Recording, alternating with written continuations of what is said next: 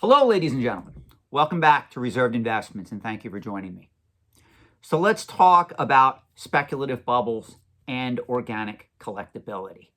Because the 1980s, believe it or not, gave us a speculative craze that actually gave birth to another speculative craze, and both these speculative crazes today have some organic collectibility, believe it or not.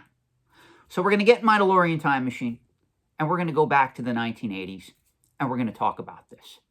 Now, before we get to the 1980s, a little history lesson is in order here. In 1932, a company called the Connecticut Leather Company was formed. Now, throughout the years, through a series of diversifications and acquisitions, the company eventually got into the market for inflatable vinyl poles and also plastic toys. Now, if you don't know who the Connecticut Leather Company was, you would be forgiven. But if you grew up in the 1980s, you already know the company as Coleco, also known as Coleco Industries. Now, in the 1980s, before the company made a lot of bad decisions and went bankrupt, they gave us two massive successes.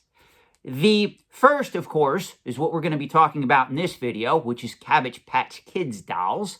But they also created, those of you that are vintage video gamers, you probably remember something called the ColecoVision video game system that competed both with the Atari 2600 and also the Mattel Intellivision. Well, that particular video game system was made by the same company that gave us Cabbage Patch Kids dolls. So let's give you a little bit of a history about how this all came about. So, back in 1982, things were very different for the Coleco company. By 1988, the company would declare bankruptcy due to two contributing factors. As you're going to see as we go along here with the history of Cabbage Patch Kids dolls, they pretty much kind of overestimated demand for this toy line as the craze fizzled right around 1986. They also had a massive failure on their hands when they attempted to expand the ColecoVision video game system into a full-fledged computer, which was known at the time as the Atom. The Atom really started causing Coleco to hemorrhage money because Coleco at this time was still a toy company. They were not known for making higher-end electronic gadgets and computers.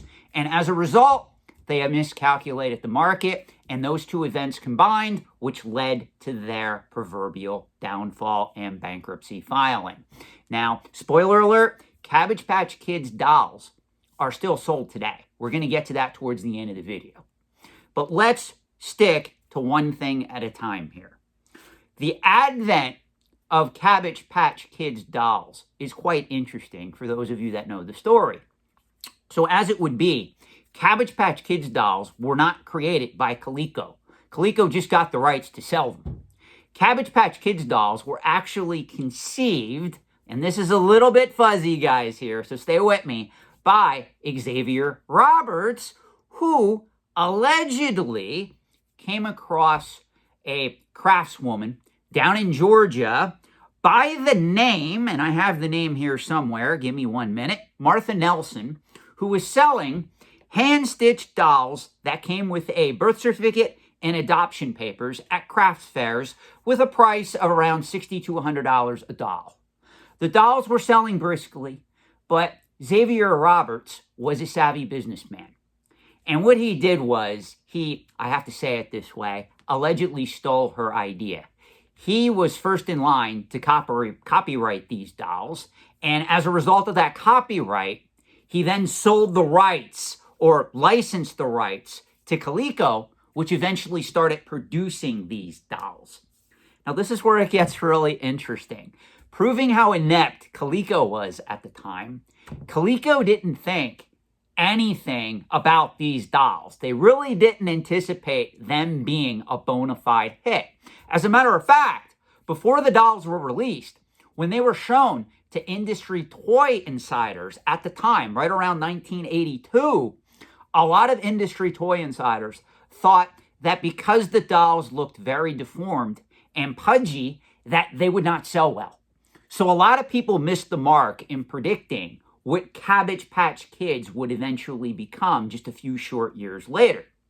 So Coleco put the dolls into production, and they launched a brilliant marketing campaign that pretty much appealed to children and adults alike by telling them they're not buying a Cabbage Patch doll. They're actually adopting one, taking it home. It has adoption papers. It has a birth certificate. You're not buying this doll. You're actually adopting it. This caught on with consumers. And by the 1983 holiday shopping season, demand was through the roof. Now, this is where we have to clear the air on incorrect rumors. There's a lot of rumors that were circulating, especially at this time, that Coleco Industries was purposely holding back supply of Cabbage Patch dolls to create a massive speculative boom and demand for these dolls. These dolls originally cost roughly $30 at retail on the market back in 1983. Believe it or not, if you were a reseller back then, you could easily get up to $90 for these dolls at that particular point in time. That's how big demand is for these particular items in the 1983 Christmas holiday shopping season. As a matter of fact, if you go online, if you search on YouTube, Cabbage Patch Kid doll craze, or any other search terms, you're going to come across videos that show the hysteria of riots breaking out in toy stores across America because parents couldn't get these dolls to satisfy their kids' demand for Christmas. So that's what spawned the secondary market that opened up. Now, Coleco at the time was caught off guard. So I want to make it very clear. The rumors that Coleco was holding back supply of these dolls are completely false. If anybody tells you that, they don't know what they're talking about. It's just that Coleco was such an inept company. And to be fair, they didn't see the demand there as well because a lot of industry insiders told them the dolls look ugly and deformed. They're not going to sell well. This is why they were caught off guard. Now, this is where it gets really, really interesting. The Cabbage Patch craze lasted from roughly 1983 to 1986. That's about 3 short years where people were going nuts for these dolls.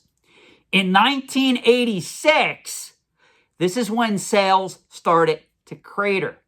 Now, Coleco Industries, because of being an inept company, this is the company that put all their resources into the Atom computer, which failed, which we're going to talk about a little bit here.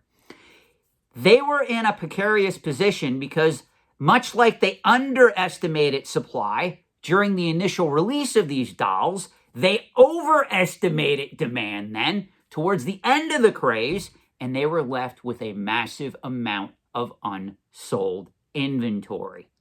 So this, along with the disastrous launch of the Atom computer, the company had no choice but to file Chapter 11 bankruptcy. And to this very day, Coleco is no more as a result of these missteps.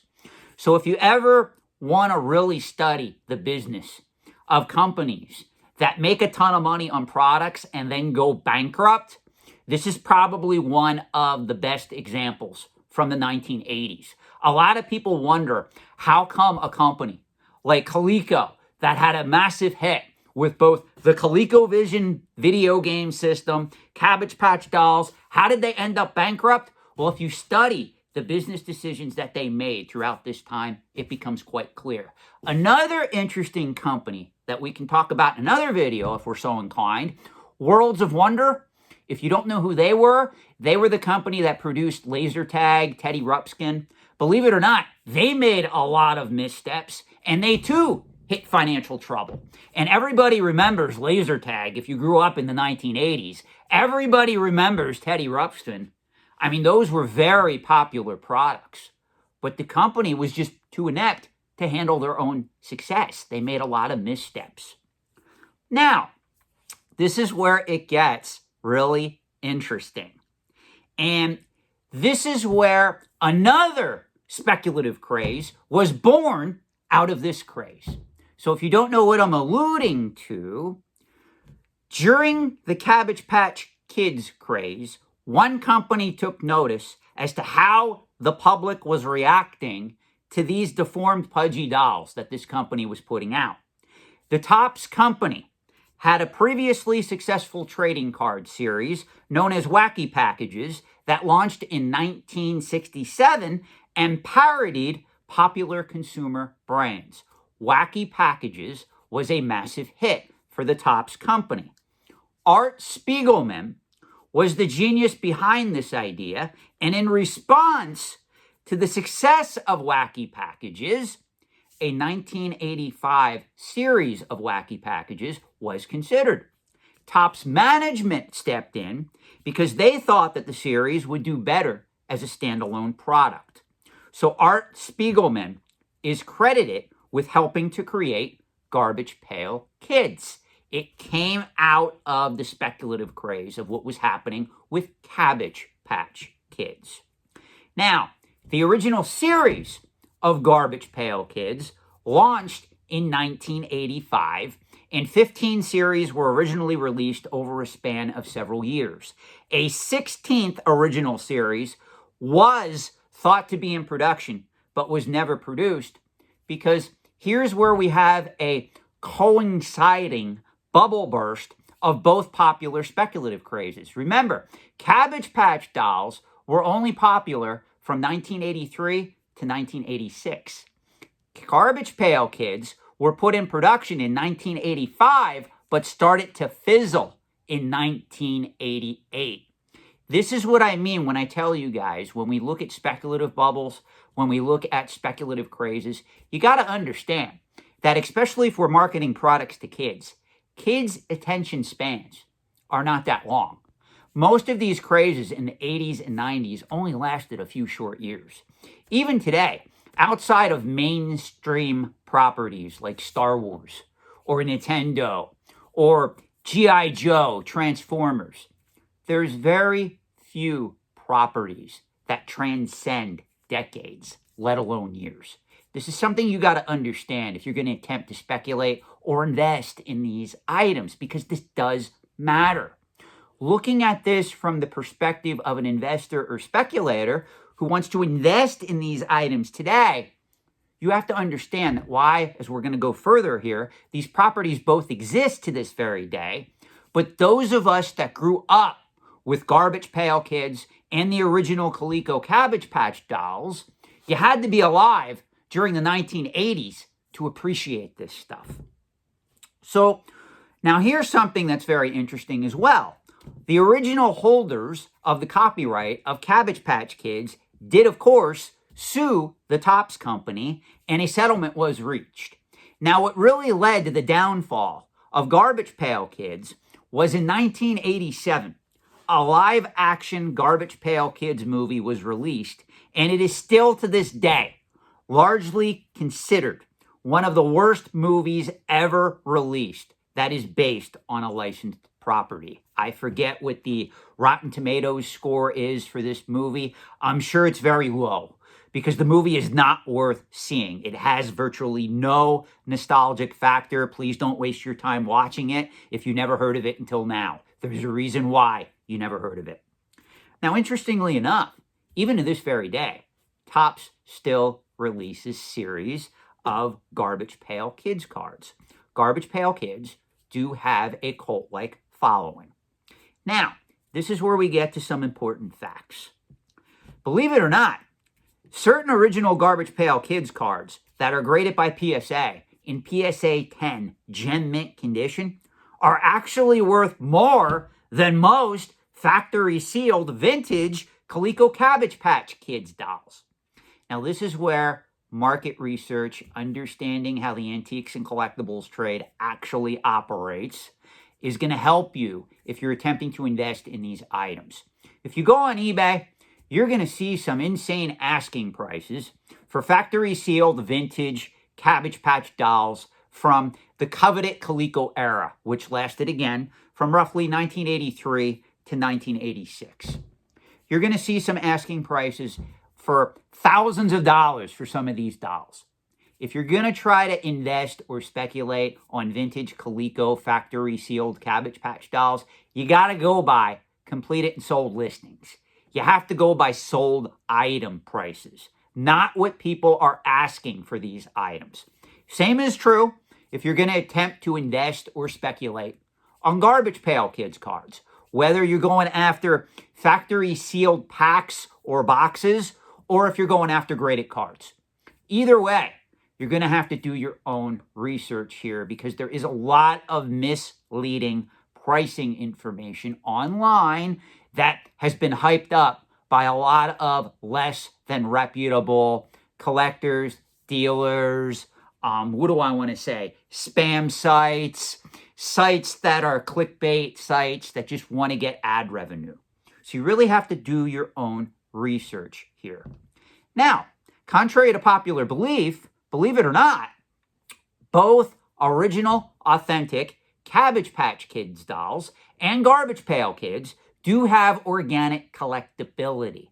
But what you need to realize is that the market for each is quite limited because in order to appreciate the original items in question, you really had to grow up in the 1980s.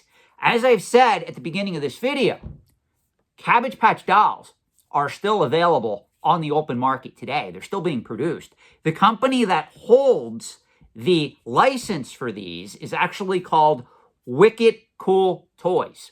Most of these new dolls are sold online only, but they still are in production. And over the years, even after Coleco went bankrupt in 1988, the licensing rights to produce Cabbage Patch dolls switched hands several times. At one point, believe it or not, Hasbro, makers of Transformers, makers of the G.I. Joe line, owners of Magic the Gathering in present day, they used to have the rights to produce Cabbage Patch dolls.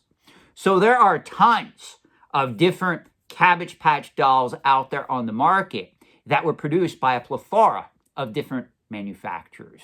If you're going to get involved in this market, you have to use a lot of caution. Now, the advice that I give to Garbage Pail Kid collectors is, in all honesty, the first original series, in my opinion, has the most collectability. So if you're going to attempt to invest in vintage Garbage Pail Kids, you want to go after the first coveted series, preferably graded cards, high-grade cards. Because let's be realistic here. I was a kid back in the day. I was born in 1976. So I lived through both of these crazes. I remember my mother would surprise me coming home from work. She would buy me a pack of Garbage Pail Kids cards. And every kid back in the day just ripped them open. And you wanted to trade them. You wanted to see the artwork. You wanted to see what the cards were about because they were a little bit grotesque. They were a little bit risque back then. If you had Garbage Pail Kids, you were seen as a cool kid if you were in elementary school or junior high school at the time. So I recommend if you're going to invest in these types of products, you go after the first series in the highest grade possible. I do, of course, recommend PSA 10 cards in this scenario. In all actuality, due to the speculative nature of these cards, you really can't use the optimal collecting grade as of yet to buy smart in this regard. So in all actuality, the people that are collecting these type of cards, they want them in the best condition possible, especially if they're going after graded cards. So I usually tell people, stick to PSA 9s and 10s. Don't go lower than that. That is the best advice I can give you. But make no mistake, both these toy lines from the 1980s have organic collectability. They just don't have as many collectors as, say, vintage Star Wars figures from that same time period, or, heaven forbid, Nintendo video games. So that's what you have to realize if you are allocating capital to these type of more obscure, but yet popular, toy crazes of the 1980s. Let me know your thoughts in the comment section below. Did you get something out of this? Do you want me to do more videos like this where I talk about the history of products, how they came to be, what the collecting market is like today for these items? Let me know your thoughts in the comment section below. I will see you in the next video.